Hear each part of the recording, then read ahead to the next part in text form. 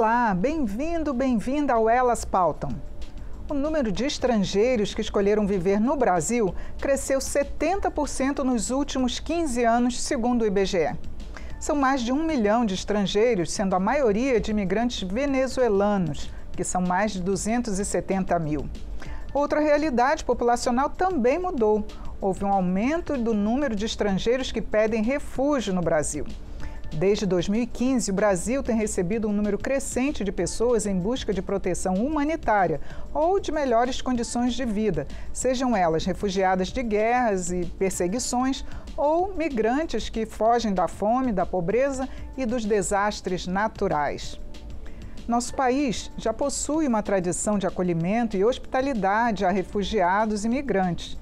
Entretanto, há uma necessidade de estrutura legal bem desenvolvida para assegurar a integração plena dessas populações. Nós vamos entender melhor essa realidade com duas convidadas fundamentais neste debate. É a deputada Carol D'Artora, do PT do Paraná, que debate o tema aqui na Câmara, e Luana Medeiros, diretora de Migrações do Ministério da Justiça e Segurança Pública.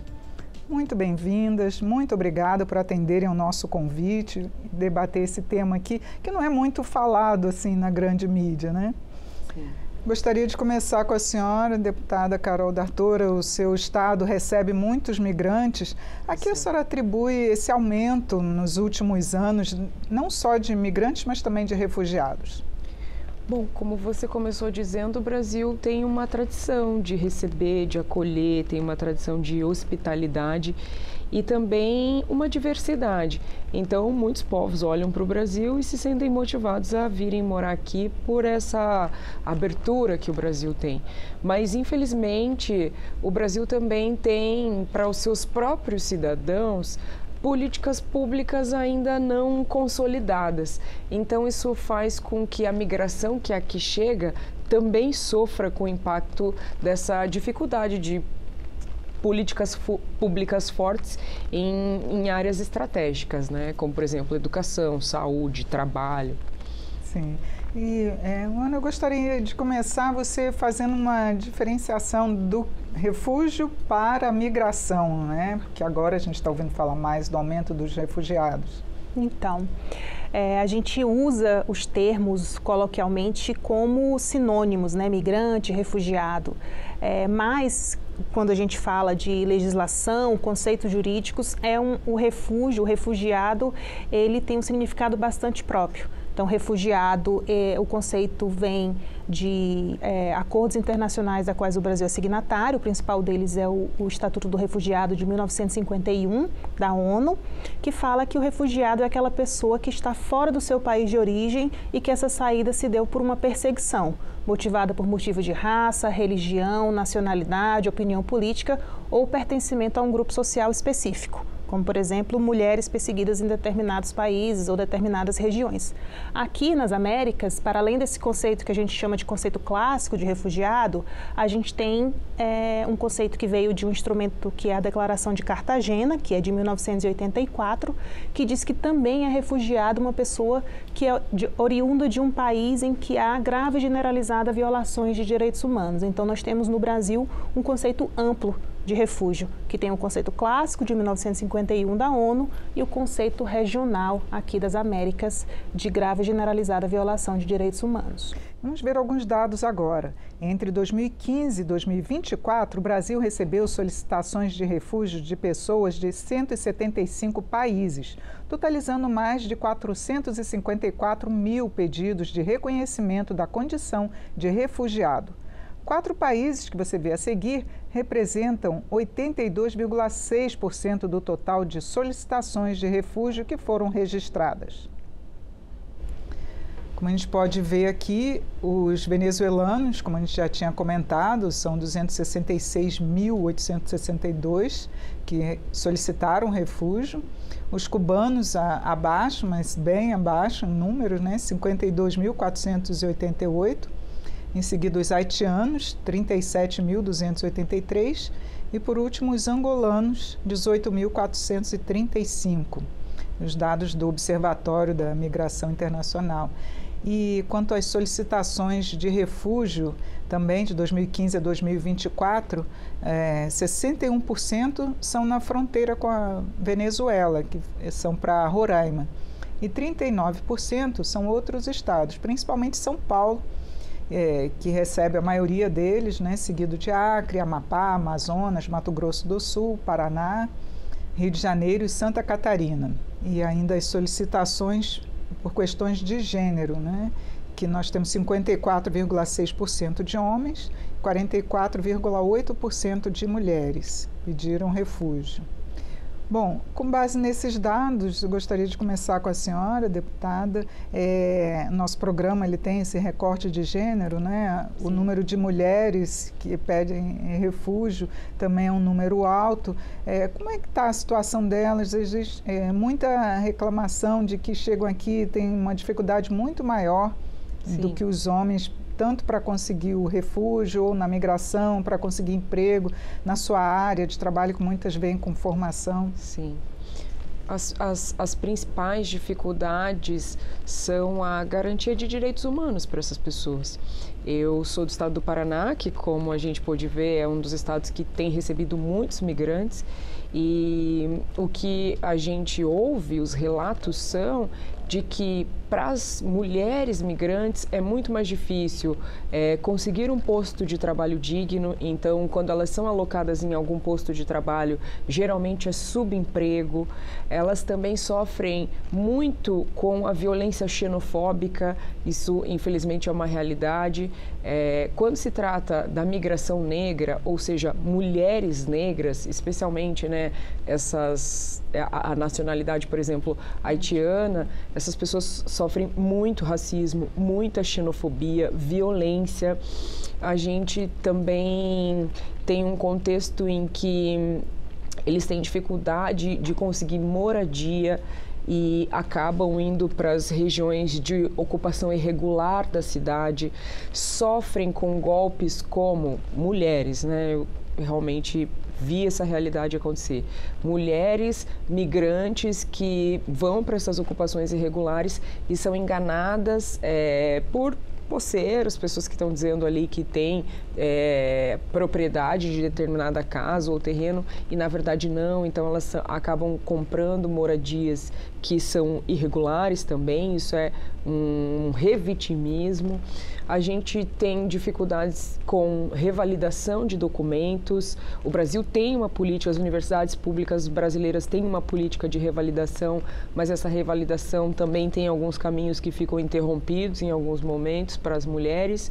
E a dificuldade de ter um posto de trabalho de acordo com a sua formação, porque muitas mulheres vêm com formação, com profissão, e aí, em decorrência dessas desigualdades, acabam não conseguindo ocupar um posto de trabalho digno, o que traz muita frustração.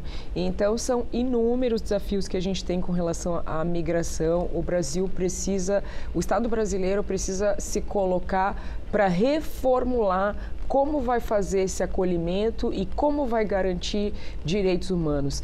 E quero aproveitar esse momento para falar da urgência que a gente tem na interseção migração e educação.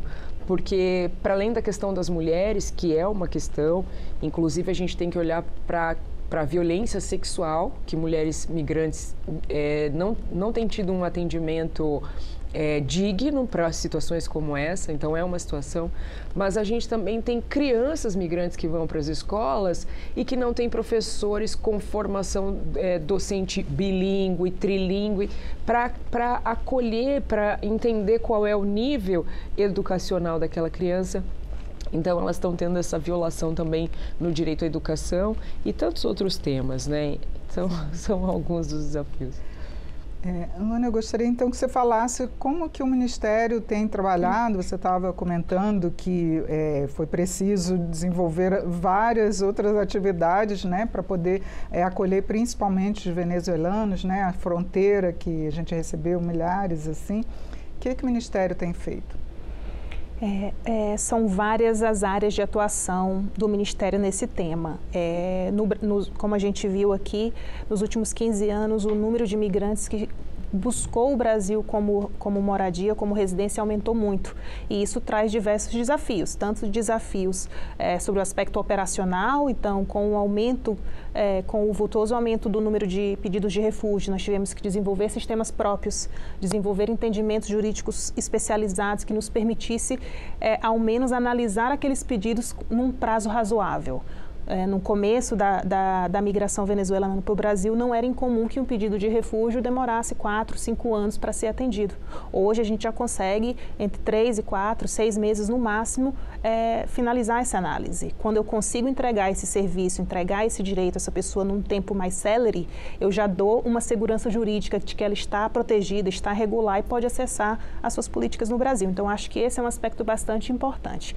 Mas um outro aspecto, e aí já envolve mais a questão normativa, legislativa, programática, política programática, é a regulamentação de um artigo muito específico da Lei de Imigração, que é o artigo 120 da Lei de Imigração.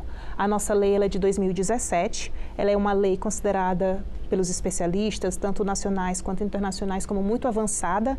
Ela é uma lei que garante direitos, ela muda a lógica de um paradigma anterior que via o migrante como o estrangeiro, sob uma perspectiva da segurança nacional, para uma perspectiva de um migrante como um sujeito de direitos, que pode, como fala a nossa Constituição, acessar as políticas públicas que o Brasil oferece. Mas existe um artigo que não foi regulamentado até hoje, que a gente está trabalhando nele, que é o artigo 120, que fala que o governo federal precisa regulamentar e criar uma política nacional de imigração, refúgio e apatridia. E a gente está agora, depois de 2 anos nesse processo bem intenso e participativo de construção dessa política, aí às vésperas do lançamento do decreto. E essa política ela tem como objetivo justamente dar instrumentos, dar caminhos e ferramentas para que a gente consiga fazer com que essa população que já tem o seu direito previsto na lei, que esse direito seja efetivamente concretizado. Então, ela tem concretização de direitos, ela tem participação social, ela tem acesso às diversas políticas públicas brasileiras. Sim, nós vamos ver agora o depoimento da venezuelana Natasha Nazaré Dorta Blanco, que migrou para o Brasil há 5 anos. Ela é professora da área de hotelaria e turismo em seu país de origem e aqui ela trabalha aqui em Brasília como diarista e fazendo artesanato para conseguir alguma renda. Vamos assistir. Tivemos que emigrar por conta da crise política social do país. Já meu salário não dava para cobrir os gastos de comida. Eu cheguei aqui com meu marido, meus 3 filhos. É difícil quando a gente chega aqui, não sabe nem a língua, não tem conhecimento de nada, mas eu sei, mas tinha conhecimento do francês e do inglês, que é do português. Eu fico muito triste por conta disso, da burocracia que existe aqui. Em quanto a isso, para revalidar nossos diplomas, nossos títulos, eu penso assim, eu entendo, cada país tem sua legislação, sua metodologia de revalidar, mas também acontece que eu acho que deveriam dar facilidade para os migrantes conseguir, se não exercer sua profissão, pelo menos conseguir trabalhar em uma carreira afim à sua área de formação. Bom, deputada, a gente estava conversando sobre essa questão da revalidação de diplomas, né? Que já tem dificuldade, às vezes, brasileiros que vão, se formam lá fora e vêm para cá e tem dificuldade de revalidar. Como é que está sendo tratado? O Congresso já tem pensado nisso? Tem propostas nessa área para a revalidação de diplomas também do estrangeiro? A gente tem nas universidades, né, a política de revalidação. Então, é possível que um diplomado de outro país tenha o reconhecimento do seu diploma. Ele vai passar por um trâmite burocrático, mas é possível. Faz a tradução dos documentos, faz a tradução do diploma e vai passar pelo tempo da burocracia ali para ter essa convalidação. Mas esse trâmite muitas vezes é impactado pela xenofobia também, pelo racismo. Então ele acaba sofrendo algo que é uma morosidade institucional. Então, com relação à migração e todas as questões que a implicam, trabalho, educação, saúde, o acesso às políticas públicas que o Brasil oferece, a gente tem o desafio de trabalhar na nossa cultura a desconstrução da xenofobia e demonstrar para a sociedade brasileira que migrar é um direito humano. Aqui no Brasil somos todos migrantes, o único povo originário aqui é a população indígena. Então, muitas vezes a migração acaba sendo criminalizada, especialmente quando é a migração pobre, negra, e dessa criminalização da migração, decorrem vários outros problemas. E, claro, a necessidade do Brasil realmente regulamentar a política nacional de imigração. Aí sim a gente vai poder ter previsão orçamentária para construir estruturas e estruturar políticas que acolham, né, essas políticas que são tão importantes. Então, infelizmente é isso, a gente já tem uma dificuldade para consolidar boas políticas públicas para os próprios cidadãos brasileiros. Então, é uma luta, né, é uma luta por garantia de direitos humanos. Luana, o Ministério da Justiça, ele trabalha também com os outros ministérios para essa integração, lembrando essa parte da educação, essa validação de diplomas, como é que é feito? Com certeza. Está nas competências do Ministério da Justiça justamente fazer essa coordenação com os diferentes atores, tanto na esfera federal, mas também nas esferas estaduais e municipais e com os outros poderes. A política para as pessoas migrantes, ela é, por essência, uma política transversal. O nosso objetivo não é criar um SUS específico para os migrantes, ou um SUAS, ou qualquer política que seja específica. O objetivo é que as pessoas migrantes saibam que eles têm aquele direito, que os operadores das políticas na ponta saibam que aquela população pode sim acessar aquele direito e que, quando existir a necessidade de uma atuação setorial específica, a gente esteja preparado, articulado e coordenado para fazer. Eu preciso, talvez, de uma mediação cultural na área de saúde, uma educação bilíngue nas escolas de fronteira, uma sensibilização para a questão da violência sexual, de gênero, para determinados países ou comunidades em que as mulheres não têm nenhum direito. Então, ela é uma política essencialmente transversal. E o MEC é, sim, um dos parceiros com os quais a gente trabalha com frequência. Na Política Nacional de Imigrações que eu mencionei, o Ministério da Educação é um dos ministérios signatários do decreto e a revalidação de diplomas é, sim, um dos eixos centrais que a gente pretende atuar aí daqui para frente, no futuro. Deputada Carol, e como lembrou a Luana, o Congresso ainda não está discutindo, né, essa revisão da Lei de Imigrações, que ela é até recente, né, 2017. Mas que projetos, né, como é que está esse trabalho também em conjunto com o Executivo para trazer essa proposta aqui para a Câmara? Os parlamentares envolvidos com a temática têm atuado para acolher o maior número possível de demandas, fazer a escuta dessa população para conseguir construir e consolidar essas políticas públicas, mas infelizmente hoje a gente percebe que o Congresso está nessa política caminhando a passos lentos. A Comissão Mista de Imigração, que é essa comissão que a gente tem Senado e Câmara, por exemplo, esse ano não foi instalada, o que é muito curioso, porque o tema da migração é um tema do mundo todo e vai continuar sempre sendo um tema. O nosso país, no campo legislativo, é muito avançado, mas na prática a gente tem inúmeras dificuldades. E quero chamar a atenção aqui para a questão do meio ambiente e migração e da preservação do meio ambiente, porque uma das razões também de imigrantes, né? Uma das razões é o deslocamento, os desalojados climáticos e os deslocados climáticos. Isso é uma realidade mundial. Os haitianos, por exemplo, que vieram em massa para o Brasil por causa de um terremoto no seu país. Então, são deslocados climáticos. E aí a gente, enfim, deveria estar fazendo esse debate com muito mais força aqui no Congresso, mas infelizmente a gente tem encontrado algumas dificuldades. Como estou na Comissão de Educação, a gente conseguiu fazer um debate sobre essa interseção educação e imigração na Comissão de Educação aqui da Câmara, porque também estamos fazendo o debate da revisão do Plano Nacional de Educação. Mas são muitos outros eixos, né, como ela traz aqui. A gente tem eixos na saúde, questão de moradia também, trabalho. Então, é um debate interseccional que precisa ser feito pelos mais diferentes setores.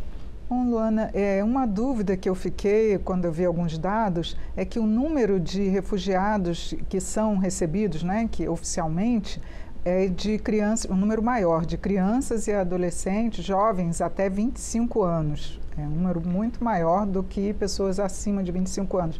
A que se atribui? Porque a gente fica pensando, quem são os responsáveis que estão juntos, né, que estão trazendo essas crianças e jovens? A gente vem observando nos últimos anos uma feminização e o seu acompanhamento, um maior número de crianças e adolescentes migrantes que chegam ao Brasil. Quando você pensa em fluxos migratórios clássicos, geralmente os homens jovens vêm primeiro, abrindo o caminho ali, porque migrar é difícil. Migrar em um processo de pobreza, de dificuldades, migrar em uma situação de perseguição, de refúgio, é um processo doloroso, complexo, difícil mesmo. Exige, inclusive, força física. Muita gente chega ao Brasil, ali na fronteira de Roraima, caminha centenas de quilômetros. Então, é uma situação bastante extenuante. Então, num fluxo clássico migratório, primeiro chegam os homens solteiros, os membros masculinos das famílias, e depois vêm as mulheres e as crianças. E como a gente vem aí nos últimos anos numa onda crescente de migração, a gente está aí nesse processo de receber cada vez mais mulheres, cada vez mais crianças, também idosos, o público cada vez mais vulnerável, o público que chega na nossa fronteira norte hoje é cada vez mais vulnerável. Bastante criança em situação de saúde bastante precária, algumas desacompanhadas, então tem muito isso. É um fator duplo, né? A gente tem visto migrantes em situação de rua nas grandes cidades. São Paulo, as capitais. Aqui em Brasília também. Aqui em Brasília a gente tem visto. Então, é um abandono muito grande. E de que forma o Congresso, as políticas públicas podem atingir também esses imigrantes, já que a gente está com uma população de rua também muito grande de brasileiros, né? Bom, eu percebo que o Brasil tem também o desafio de dizer qual será a política para a população em situação de rua. Esse é um tema que me toca muito, porque na capital do meu estado, a população em situação de rua só cresce. E a gente tem uma decisão do Supremo de que os municípios têm que se adequar, que os municípios precisam aplicar algumas normativas com relação a políticas públicas para a população em situação de rua, mas a gente não vê isso acontecer nas cidades. Porque é uma política muito complexa, é uma política que precisa ser interseccional, porque ela vai falar do acesso à moradia, vai falar de trabalho, de saúde mental, especialmente, saúde mental também, que é uma grande questão. Então, quando a gente olha, por exemplo, para as mulheres em situação de rua, os níveis de violação são absurdos. A gente vê mulheres em situação de rua sofrendo também violência sexual, e um tabu muito grande com relação ao uso abusivo de determinadas substâncias que essa população faz. Então, sem que a gente entenda, por exemplo, que a gente tem que quebrar o tabu que existe com relação à política de redução de danos, de abuso de substâncias.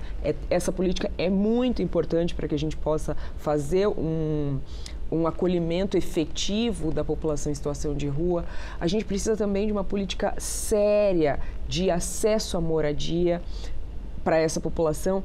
Então, a gente tem esses desafios de consolidar essa própria política nos municípios e toda essa desestruturação tem convergido na multiplicidade dos problemas, que é, por exemplo, a gente ver hoje essa realidade de pessoas migrantes no Brasil em situação de rua. Então, sem que a gente tenha uma visão, e aqui vou falar a partir do que sou, uma mulher negra, sem que a gente tenha uma visão que o feminismo negro traz para a política, que é uma visão interseccional, sem essa visão a gente não vai conseguir ter política efetiva para resolver esses problemas sociais. Nosso tempo já se encerrou, infelizmente, né? Mas eu gostaria das considerações finais, por favor.